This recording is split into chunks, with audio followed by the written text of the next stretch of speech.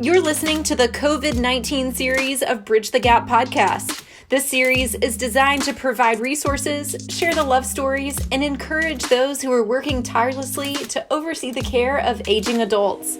We believe in you. Welcome to Bridge the Gap podcast, a senior living podcast with Josh and Lucas on our special series dedicated to COVID-19, continuing to bring on thought leaders in the industry to bring you up-to-date information in today's new norm. We've got a great topic today that's very, very crucial for senior living operators nationwide to be thinking about. And for that conversation, we've brought on Grant Warner. He's with D2 Architects out of Dallas. Welcome to the program. Thank you for having me. Grant, a very important topic right now in both hospitals and in senior living is talking about capacity and capacity related to social distancing and also COVID-19 positive people. Give us some context around this study and this report that you guys have put together with a collaboration of multiple entities. We formed a task force when the virus started to come to our shores to try to find ways to think ahead, to plan, to prototype different types of responses. And so we formed basically a consortium of D2 Architecture, HKS, one of the nation's leading hospital designers, 12 Oaks Senior Living, Heritage Oaks Management, Brassfield and Gorey General Contractors, and the Bridge Group Construction, you guys. We also have some advisors on some physicians that HKS was able to put us in touch with, and some manufacturers, including manufactured homes manufacturers and shipping container conversion type companies, as well as some product representatives of other types of systems. We formed this consortium to try to get ahead of things. And as we started interviewing senior living clients to see what their needs were, they were pretty much totally consumed with trying to acquire more PPE and supplies at the time. And they lamented to us that they were only getting 2 to 3 hours of sleep, if any, a night, with their tremendous responsibilities on the front lines. So they were able to communicate with us in spurts, and so we were able to assemble 5 basic subjects: security, bed capacity, infection control, food services augmentation, and regulation reform. Out of that list, what seemed to be the most important at this time? We started prototyping in every category, but the most important to us that seemed to be the one we could solve the fastest was bed capacity. And that's where that report came out, that first report. In conjunction with some reports that HKS was producing, this one came out about how senior living communities could partner with what are called limited services hotels. And give us a rundown on how that looks and plays out for the senior living operator. For the operator, the concept would be to, I'll back up for a second. One of the problems that communities were lamenting to us, as well as the Army Corps of Engineers, we were talking to them too. The Army Corps of Engineers was tasked with assessing communities, centers, convention centers, and hotels for treating COVID positive residents. There was a lot of red tape, a lot of FEMA funding problems. It was very expensive and required a lot of healthcare expertise that our senior living communities just don't have time for or don't have the funds for. And so we started looking at alternatives. And one of the ideas that came up was, well, why not create a respite situation? Try to find ways to take non-COVID positive residents, or at least those who are not showing symptoms and can still be sequestered at another location, and partner with a limited services hotel to basically evacuate and reduce density inside the senior living community itself, so that seniors that are in the senior living community and cannot leave for whatever reason — they may be memory support, they may be bedridden, they may require acute care, they may have no family locally — so that they could spread out inside the community to create more distance, more isolation rooms, more social distancing, and reduce the stress on the staff, the more highly trained staff, so they can spend more time caring for those who need it and move some of those who don't need it or need less care out to a limited services hotel. So I'm, first of all, really impressed at how quickly you guys kind of assembled this task force, so to speak. And while it feels like we've been dealing now with COVID forever, to me, it's actually all happened in a relatively short amount of time, how it became kind of a thing we were talking about to a thing we were living with. backtrack here. I'm fascinated because to get to the point where you've actually got some solutions in a study, at what point did you guys start assembling your task force to address this issue? It seems like this had to be really early on, right? It wasn't as early as we probably should. They contacted us to try to work with them to see what we could do together. And at the time, it was very medically focused. It's not something D2 does. But we realized we have to have a two-pronged approach or a three-pronged approach. There's no one solution. We have to have multiple solutions, especially for senior living communities that are just so varied in terms of funding, varied in terms of financial stability, varied in terms of care types and size and locations. We needed lots and lots of solutions, a menu, if you will, that they could choose from to pick what's best for them. And the hope is that if any of these prototypes or any of these ideas work for them, they can act individually. They don't need to work through us. We would be in the way. We would be slowing things down.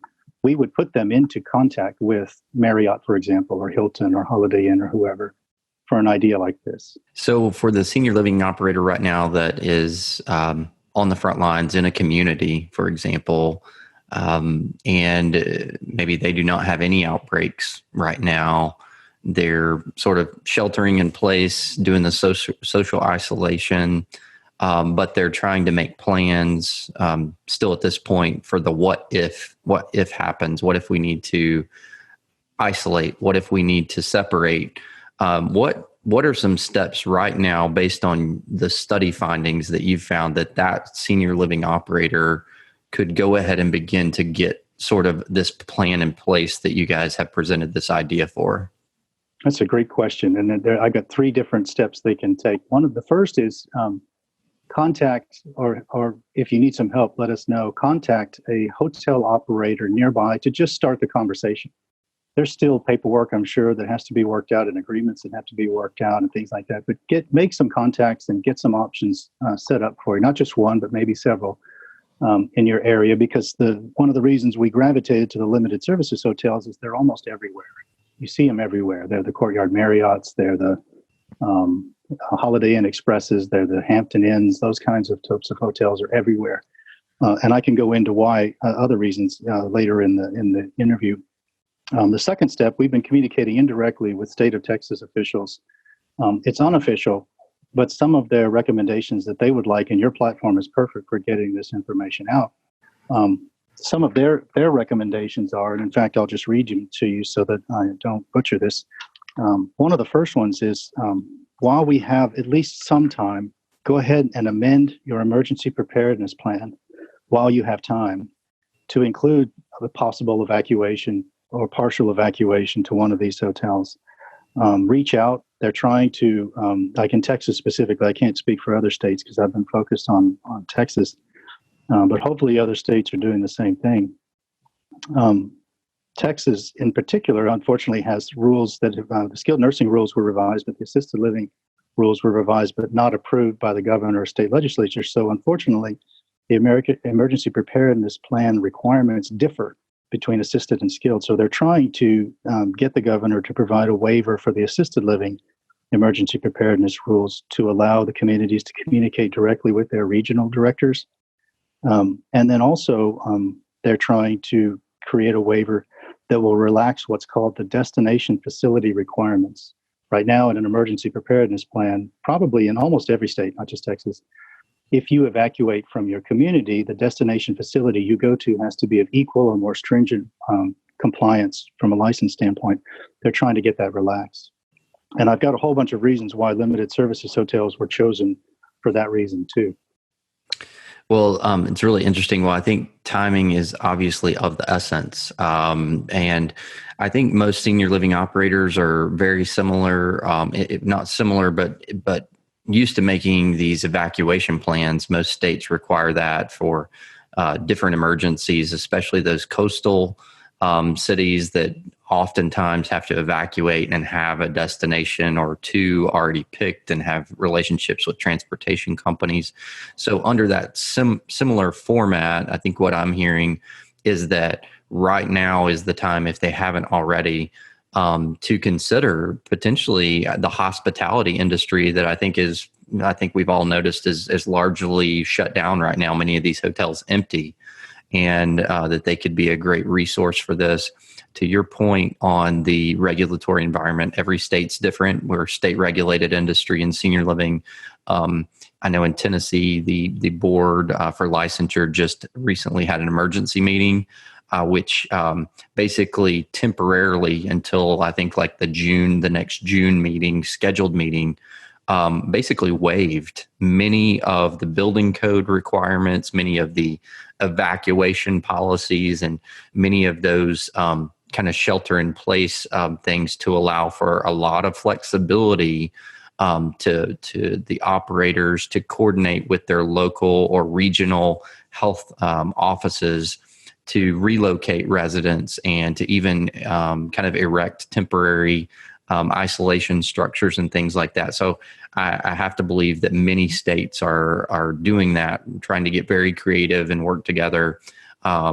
So what are some other things that you've kind of put together details on as far as action plan relating to this study? In talking to hotel operators and to others, we came up with several things that were very attractive from the limited services hotel standpoint as why this could be a possibility. And this varies by care type. So active adult and independent living are easy. There's no regulation. They can do whatever they need. They can move as needed and thin out their density in their communities. It gets tougher with assisted living and obviously with memory support and skilled nursing. And so what we looked at were some of the reasons why limited services hotels may be a good fit for any or all of those categories of residents. And we came up with basically 9 things that were very attractive to it. One is they're widely distributed. They're almost everywhere. You see them on highways. You see them in every city. They're even close to rural communities off of interstates. They are purpose-built for hospitality. So that means that they're familiar, they're comfortable, they have flexible amenity spaces, they have housekeeping and laundry services built in, they have services infrastructure, they have staff support facilities, and best of all, they have fully furnished units. You don't have to move a bunch of furniture and equipment. The third reason is they're staffed. And like you said, these places are mostly empty and some of the staff are furloughed. They'd be eager to get back to work and eager to help care for our nation's elders. And the staff has been already trained in hospitality services. They would just need minimal extra training for some specifics in elder care, depending on the level of care that's moving there, and minimal supervision, because one of the pushbacks we got from senior living operators was, well, I can't split my staff. My staff are already stressed as it is. This would be a way to double your staff instantly because they are already there and would just need minimal supervision. So you would only have to send a skeleton crew over to help minimally train them and maybe to provide minimal supervision. And it could even be secondary staff, maybe not necessarily frontline staff, who are needed at the community itself, depending on the level of care that moves. The fourth one was food services. Some of them have limited food services. You've probably seen at the Courtyard Marriotts, there's things like bistros and things like that. Those that don't have enough, or those that don't have any food service support whatsoever, there are many locations that are right next door to restaurants. And those restaurants, like you said before, with the hotels, are also out of work and eager to get back to work and could support the hotel next door. Again, with limited supervision necessary for a temporary basis. The fifth one that was really attractive to a lot of operators was that they're already secure. Many of these buildings are newer than senior living communities, and they were purpose-built for security. And so they're easier to secure in this crisis for those residents that are there. Fewer doors, energized locks, cameras, security systems, all that stuff is already in place. They are accessible, and I mean not from an ADA standpoint, but they are easily reached by emergency services. They're in the middle of a lot of these communities, near families, near loved ones, near supply chains, near logistics services, and they're easily accessible for state officials because the state officials can find them without any major problems. The seventh one was that they're safe. And what I mean from that standpoint is from a life safety standpoint, they're not just secure, but almost all of them are fully sprinklered because they're medium-sized hotels. Many of them, not all, but many of them are built using non-combustible construction so that there are safer construction types. And most of them are low or mid-rise, which are easier for elders to evacuate in an emergency. The eighth one was trusted. There's a lot of resident confidence out there already in the quality and reputation of many of these hospitality providers. Everybody knows Marriott, everybody knows Holiday Inn, everybody knows La Quinta, everybody knows Hilton. There's a lot of confidence in those brands. But the ninth and most important one to most of the operators we talk to is that they are available right now. So very, very great points. I'm wondering, as you guys have been reaching, obviously studying this, what is the level of openness to this that you've seen from the hospitality sector to be able to utilize their resources, their assets, and their team members potentially to assist the senior living population? That's a great question. I don't have an answer to that. HKS is spearheading the approach to the hospitality clients. Mm-hmm. And I would hope that you and Brassfield and Gorey also with your hospitality experience could reach out to some of those too and see. This first version of the report was specifically designed for them. That's why it helps explain the different types of senior living care, the different types of senior living owners that they might partner with, to help educate them very quickly that there's a lot of variety out there. I know when we did talk to some of them originally, they were a little hesitant. They thought everything was a nursing home. Some of them just didn't understand the variety of senior care out there. They thought they were all nursing homes and that they wouldn't be able to help. Now they're beginning to see, and a lot of them knew that there were a lot of other opportunities. But HKS is kind of spearheading that with their clients. I would hope just in hearing conversations from the side that they'd be very interested in it, because in terms of one aspect is the other alternative is turning them into COVID positive treatment centers, and that would require a lot of building modifications, a lot of expensive changes to the building. It'll be very difficult to put that hotel back into use as a hotel after this crisis. So I would imagine that they would be very interested in partnering with senior living communities, especially at the private entity level. There wouldn't be necessarily any governmental agencies or red tape involved. I think that that's the difference between our interview with HKS, which our listeners can listen to as well. It's the difference between moving people that are currently in a hospital situation to a convention center or a hotel. I think it's also important for our listeners to understand that this is a first draft, and we are inviting people into this conversation. We hope yes, please, that this never needs to be enacted, right?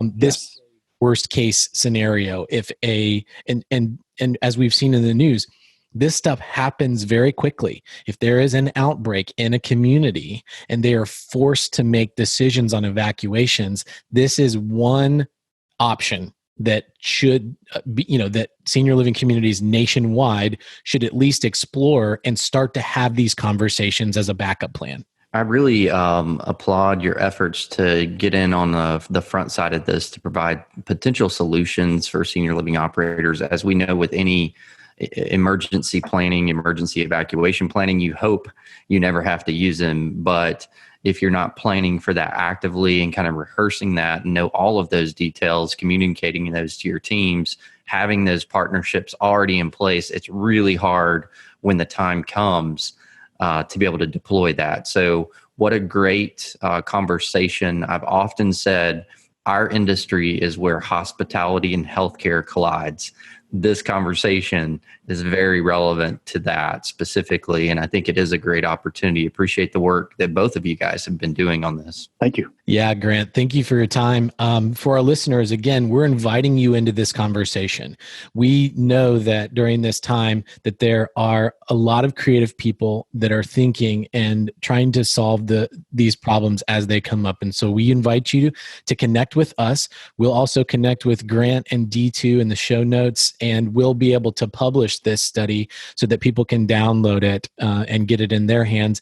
And have questions, reach out to us. You can connect to Bridge the Gap at btgvoice.com. And also Grant will be in the show notes so you can reach out to him as well. So thank you everybody for listening to our program today. We're thinking of you, we're praying for you, and we believe in you. Thanks for listening to Bridge the Gap. Thanks for listening to this episode of Bridge the Gap podcast, the COVID-19 series. If your company, community, or caregivers are going above and beyond in their daily duties, we want to hear about it. Tag BTG Voice on social media or send us a message at btgvoice.com.